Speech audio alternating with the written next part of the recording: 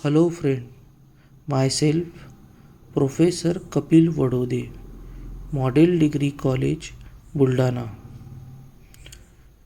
Friends, आज हम fathers of economics के बारे में कुछ जानकारी लेंगे, पर सबसे पहले हमें इकोनॉमिक्स क्या है इसके बारे में कुछ जानकारी प्राप्त करेंगे। इकोनॉमिक्स ये वर्ड ग्रीक लैंग्वेज से आया है। ग्रीक लैंग्वेज में एक वर्ड था ओकोनोमिया। इसका मतलब हाउस होल्ड मैनेजमेंट है। इसी से हमें ये पता चलता है कि इकोनॉमिक्स का मतलब हाउस होल्ड मैनेजमेंट है।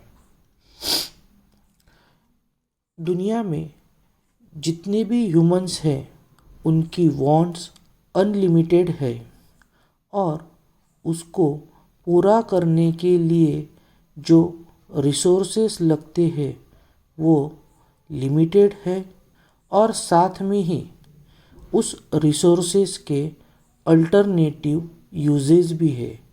इसी वजह से इकोनॉमिक प्रॉब्लम राइज होती है और इस प्रॉब्लम को सॉल्व करने के लिए हम इकोनॉमिक्स की स्टडी करते हैं।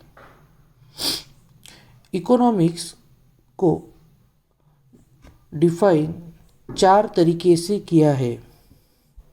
इसमें सबसे पहले एडम स्मिथ का नाम आता है, क्योंकि इकोनॉमिक्स की 4 इम्पोर्टेंट डेफिनेशंस है।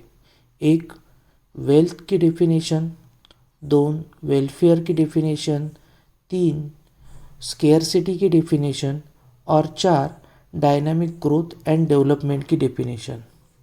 सबसे पहले डेफिनेशन एडम स्मिथ ने दी, इसीलिए हम एडम स्मिथ को फादर्स ऑफ इकोनॉमिक्स भी कहते हैं। एडम स्मिथ एक स्कॉटिश इकोनॉमिक्स थे। उन्होंने 1776 में एक बुक पब्लिश की जिसका नाम nature and causes of wealth of nation था।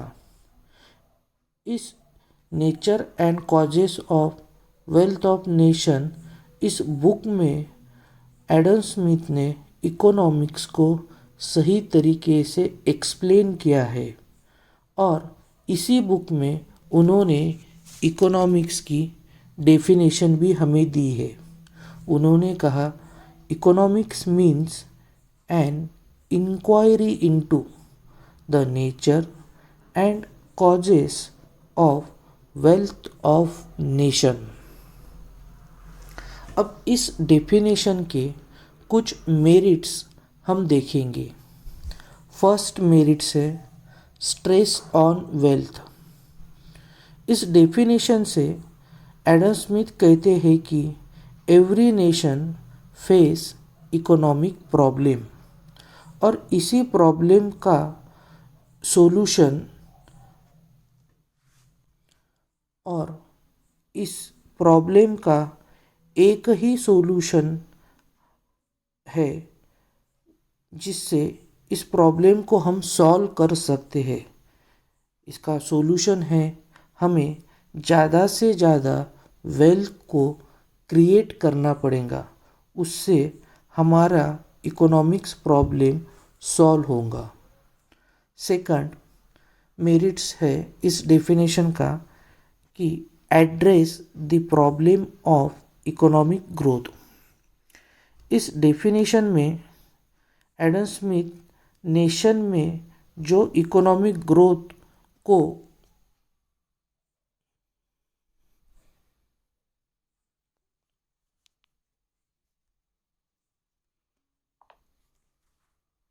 सॉरी फ्रेंड, मैं इस पॉइंट को फिर से एक्सप्लेन करता हूँ।